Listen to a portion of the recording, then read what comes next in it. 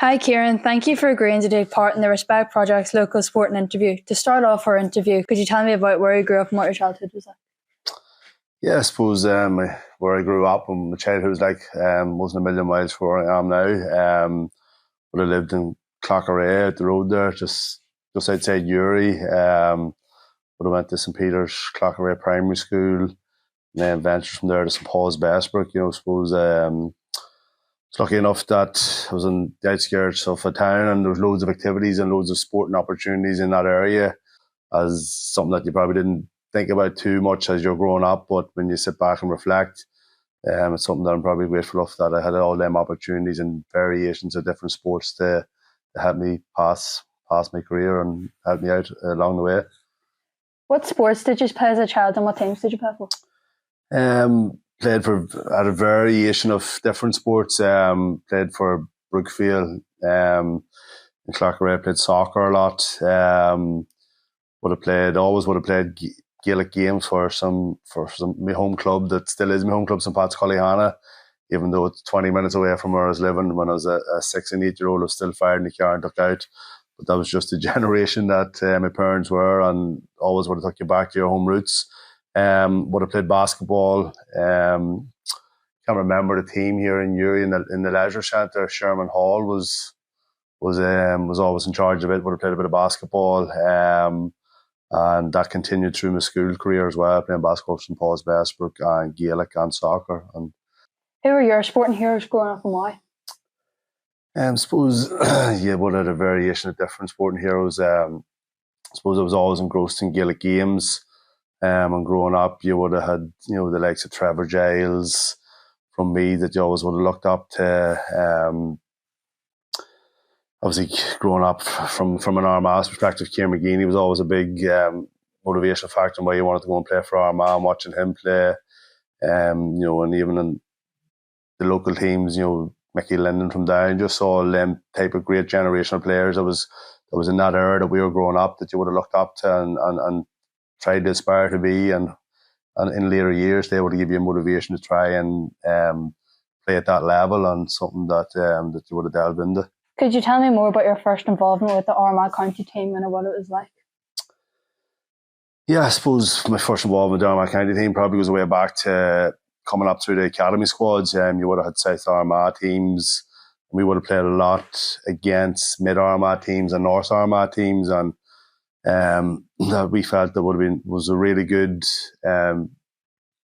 gauge for us as youths growing up. You would have played against them at club level, and then when you're coming up through the county squads, you would have been broken into your 3 different sections of South, Mid and North, and we would have played every Saturday, rotated that around, and then we would have came and played the likes of South Down, Mid Down, North Down, and then you progress from that. And that was really what it would have been at the early stages of our career, was that there was no real direct academy squad of your under 16s or 15s. You had a South Armagh team, and that's what you based yourself on. And then, if you were good enough, then you would have progressed to play a county minor, which would have been the first real county team that you would have got involved with. And then we progressed into that, and and I don't think we won a match at a county minor level. We always come up against very, really good Tyrone teams, and then we progressed from that to under 21s, and then from there to senior. And I suppose, and then my first involvement really with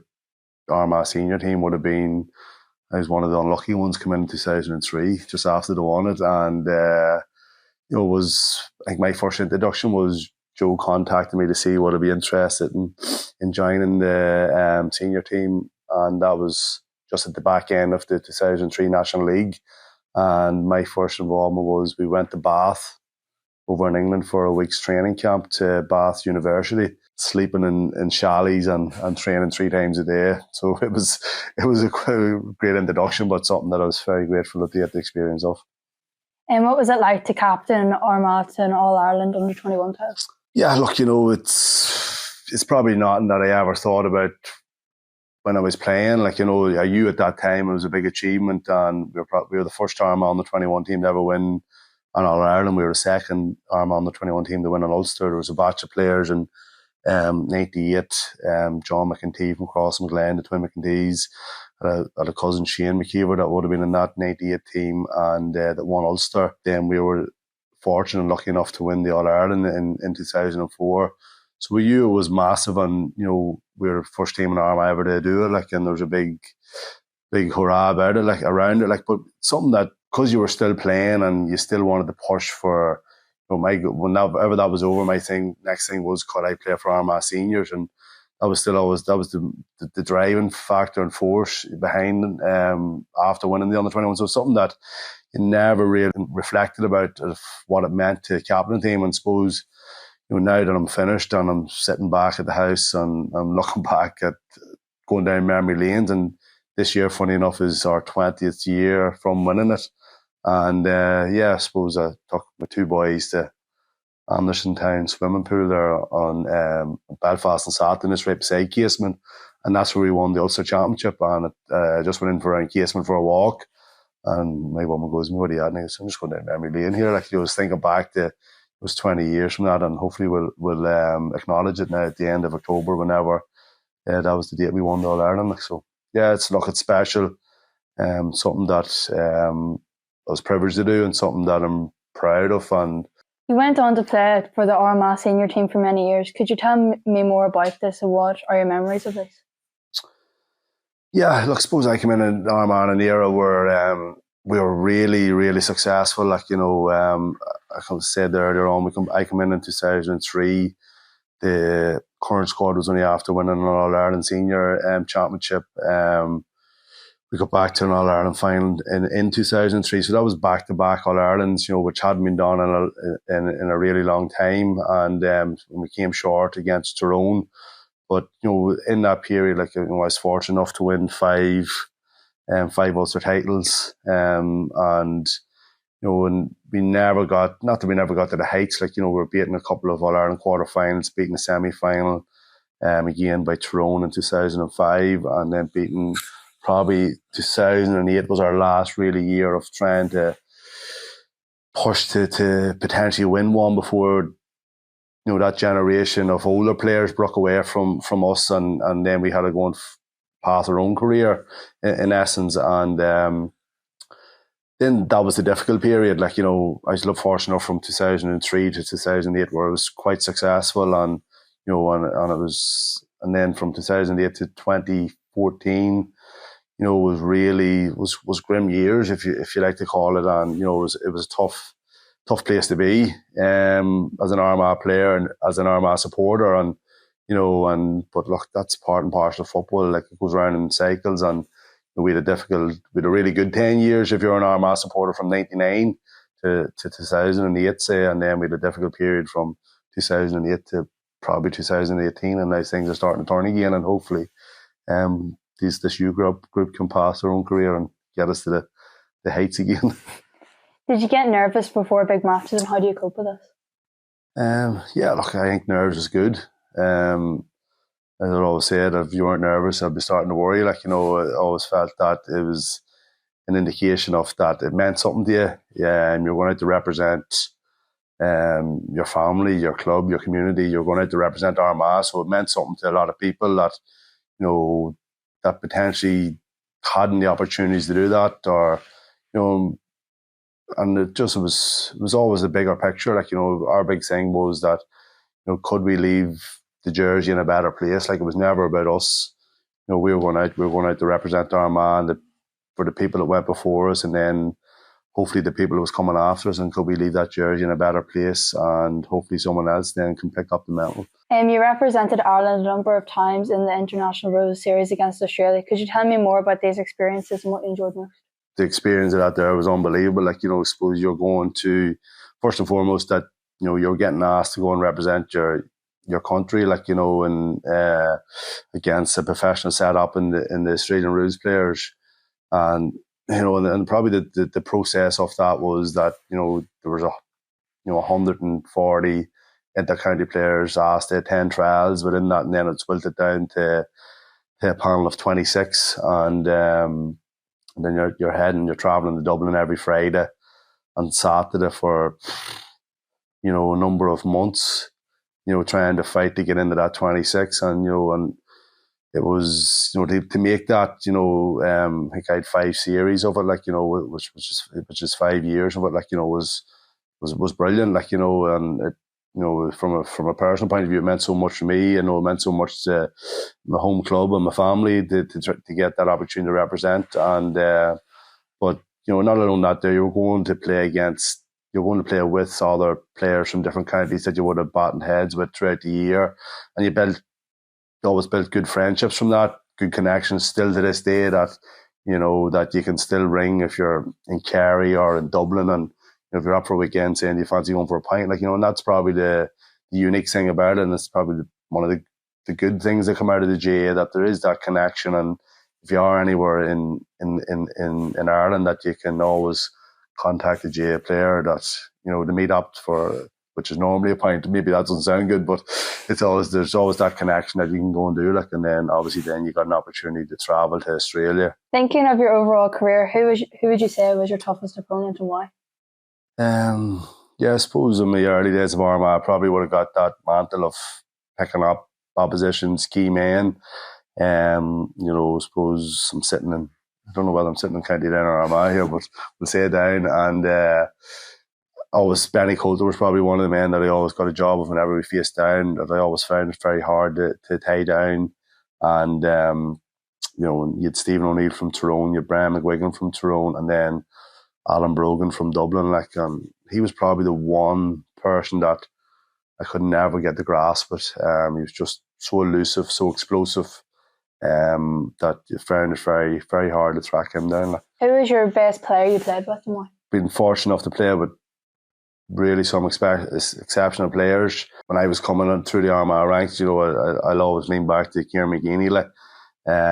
He was just exceptional. Just the standards that he set, how you went about things, just that commitment, that drive to get better. He was just exceptional to be about, and I was fortunate enough to probably come underneath his wing at a time whenever he was at his height of his game, and I learned a lot from him. And now I'm still lucky enough to be part of his managerial career, so someone that a huge amount of time for, and I was lucky enough to learn from and play with, and he'll probably tick that box. What would you regard as your highest and lowest points in your sporting career, and why? I suppose you always remember the defeats, and we probably 2005 was a big defeat for us on a journey that we were on. Only after winning the All-Ireland 2002, lost the All-Ireland final in 2003, beaten the quarterfinals by Fermanagh in 2004, and then we got to the heights again in 2005, and we went on a winning streak of, I think it was 15 games unbeaten, and then we got pipped by Tyrone and last kick of the ball in 2005, and it's something that would still churn with us, would still be a sore point with us, that we felt that that was a massive opportunity to let go that year, that we potentially could have landed our second All-Ireland. But look, it's just part and parcel of football. That's probably one of the lowest points. And then obviously injuries come along with that as well. And when you get an injury and you miss matches, there's always a low point, but you can get back from them. And just unfortunately, we hadn't got a chance to replicate that 2005 one again. How did you cope with the low points in your career and pick yourselves back up? Yeah, look, low points from a playing perspective and losing big games, is going back to watch them, after time. You don't delve into it straight away. You go and you let the dust settle, and then when you're getting back in for pre-season or your next session, you go and you try to learn from what potential mistakes happened and try to rectify that, and just try and improve your own game, because it's not no individual's fault. It's a collective team, and you just try to get yourself better, and maybe what you would have did better in these situations. And it's just a learning process of how can we get better individually, and if each player gets better individually, then your team ultimately gets better, and hopefully they're the key things that can potentially tip the scale whenever you face that situation again. At what age did you finish playing your career, and did you find it a difficult decision? Yeah, finished playing for Armagh in 2017. That was my last time at Armagh. That was probably a difficult time. I was stepping away from that environment. It wasn't. I wouldn't say I was a hard time retiring. Like I knew I'd not more to give, but just stepping away from that environment that you had engrossed yourself in for the last 15 years, that you were living every day, and you were sacrificing a lot to be part of that, to be part of something bigger. Didn't have the fact that Tyrone beat us in Croke Park, and that was your final game, like, you know. But yeah, it was just tough stepping away from that environment because you had engrossed so much in it, you put so much time and effort in it. But look, unfortunately, everybody has their day, and you have to move on. And look, I went back and I played club football for a couple of years, but injuries started just getting to the wrong side of 30. Started to pick up more and more injuries, and then I just knew at that point that I was only kidding myself, and just something had to give, and then just had to pull the plug on it all. You managed a number of club teams who are currently involved with the Armagh senior team. How did you find the transition from playing into management? Yeah, I suppose, like, I didn't find it too bad, because I suppose when I was still playing, I would have been very active from a coaching point of view anyway. I would have been involved with underage teams. I would have done all my coaching badges while I was still playing, and I would have, you know, coached underage teams in my home club. Like, and even from in my playing days, coaches that would have coached me, I would have learned a huge amount from them. I would have went home and written down the exercises that we did at training, the drills, the wee small sided games that we would have did at training, and I would still have them in a book, and I still, you know, and go back to them and see, you know, what things you could add to it, like, you know. So from that point of view, obviously I had to fill a void somewhere, because I wouldn't have been fit to sit in the house. And lucky enough that when I did retire, I went straight into the coaching teams and managing teams, and yeah, so it wasn't that much of a transition for me into that environment, because it's something that I had a huge love for as a player anyway, and something that I really wanted to delve into when I did finish my playing career. Your club team, Cullyhanna, recently won the All-Ireland Intermediate Club Championship. Could you tell me more about the involvement with the team and how this success has impacted the local community in Cullyhanna? Yeah, I suppose in Cullyhanna we would have had a difficult couple of years. You go back to 2013, 14, 15, 16, 17. We would have been very close to winning a senior championship at that stage. We were beating two county finals, and then a lot of us were just getting to the wrong side again of 30, and we had all stepped away, and, you know, we had a batch of really good underage players that, you know, potentially could have kicked on and won one themselves without us, and, you know, and a lot of them went travelling around that time as well, and, you know, we probably hit poor years, like, you know, that we didn't win a home match for 2 years. We got back-to-back relegations in the last 2 years, and look, we were just fortunate enough that, you know, there's a batch of us from Cullyhanna that we just said would, you know, keep the thing together, and you know, try and keep it stabilised and get a few boys home potentially from Australia and America, and that did happen last winter. And we knew when we got them all in and assembled and had a meeting that, look, we knew there was no team at intermediate level in Armagh that would have been able to touch us if we were able to play ourselves properly and commit to the thing. And we set our stall out from early on, and look, we were lucky enough that we got the rub of the green in the Ulster final, and we were lucky enough to go on the whole way and win the All Ireland. And we're just hoping that will spark something within the community and unite the young ones, and hopefully that you know, we've given them something to cling on to and they aspire to, and hopefully go on better and be the first generation of players to win a senior championship within their club and community. And what's the most important lesson you've learned through your sporting journey? Discipline, I think. If you want to play at that level that I was lucky enough to play at, you know, if you don't have the discipline to commit to it or to dedicate it to, and the commitment, like, you know, you're going to fail, like, and just feel that, you know, has set me up good in life in general. Like, you know, them two things in any walk of life is really two important aspects of if you want to survive, I think, like, you know. And just fortunate enough that I grew up in an era that was prominent, especially in Armagh. When I came into the Armagh senior team, it was, you know, commitment and discipline was two of the key ingredients, and I'm lucky enough that they still hold true to me. Who would you say was your biggest influence in your sporting career, and why? My parents, probably like, my mother and father, I suppose the easy thing for them to do was, like obviously, we lived on the outskirts of Bury there for a long time. Mum was a nurse in Daisy Hill Hospital, and I'm not saying that in around this area would be a strong jail hold, like, from our perspective, and, that, probably my father, like, at that, he was a big Cullyhanna man.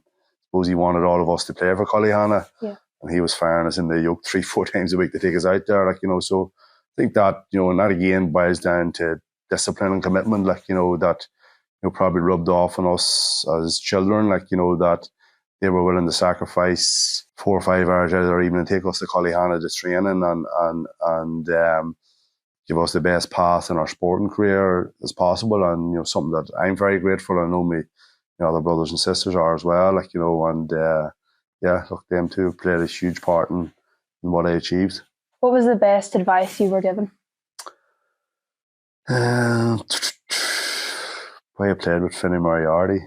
He always said never get too high or never get too low, which is a fair point. Enjoy the wins and never get too low in the loses, like, so it's something that you try to whenever you're sitting in a dark room after getting defeat, you just have to get up and get on with it, like, so.